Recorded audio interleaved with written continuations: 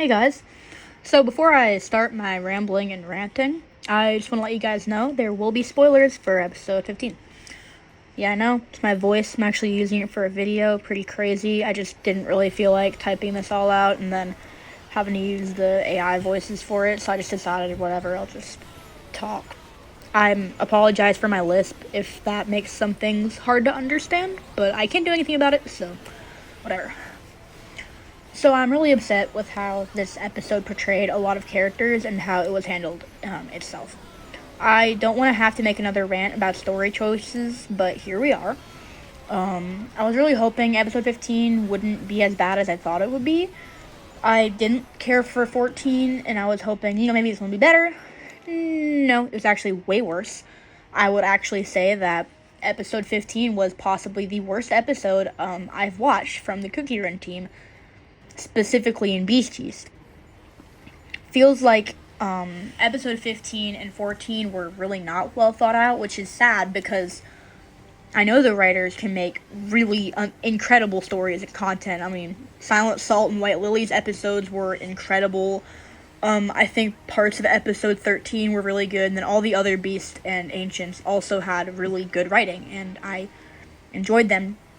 Despite some of their flaws, I still thought they were great. Don't really know what happened.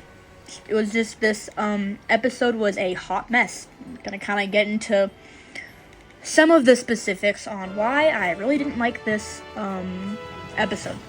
So to start out, I want to cover Sugar Swan Cookie. She felt like an afterthought. She felt like she was just used as a plot device to push the story forward, and it felt like they added her just for the sake of adding her. And I know that her interfering with what was going on was implied earlier, but, still, nonetheless, her scenes just felt really awkward and forced, in my opinion. The stuff with Black Sugar Swan Cookie, I'm not an Oven Break player, but from what I understand, they're not the same character. So it was kind of weird that the devs seemed to, make them the same character. Yeah, I don't have a lot else to say on her because, again, I don't know Oven Break lore, so I don't know what her character is like outside of what we saw in this episode. I'll probably go look, but that's for another time. Speaking of Oven Break, I also understand that Timekeeper Cookie was also very messed up, especially at the scene in the end with Shadow Milk. So I have read quite a lot of the Kingdom feedback on Cookie Run's Discord because I've posted there twice now myself. And I've just wanted to see what other people have to say. And from what I've understood through looking through a few submissions, her being afraid of Shadow Milk is out of character. And, oh my gosh, with Shadow Milk, we're gonna get to him later. I have a lot to say about him. Oh boy. So the next issue I have is with how White Lily Cookie was handled. So I've had mental health struggles before. I had depression for a while, and I really don't like how they handled her character arc with her kind of being implied to have some level of depression. I know her death was technically foreshadowed, but it doesn't make the way that her character was handled and the way her death was handled any less frustrating. I don't like that they took a character that struggled with a form of depression and the weight of her actions and had the way of her being free was in her death. I'm sure that this isn't an intentional narrative, but that is how it kind of came off to me. And yeah, I just didn't like it at all. It's kind of more of a personal issue, but I still wanted to say something about it regardless because it did rub me off the wrong way. Now on to the most glaring problem with this update, which is Shadow Milk Cookie. I don't think the devs could have made it any more obvious who their favorite character is in the story because, good lord, all the beasts, in my opinion, should have been defeated at the end of episode 15. On screen, and in a satisfying way that actually ended their story well, but we didn't get that. Instead, we got 3 beasts dying off screen, which is ridiculous. 1 that died on screen, and then Shadow Milk Cookie is the next major villain, which is, I think, one of the worst choices they could have made for this, frankly. I don't even enjoy his character anymore. It's gotten to a point that this episode especially made me just really dislike him.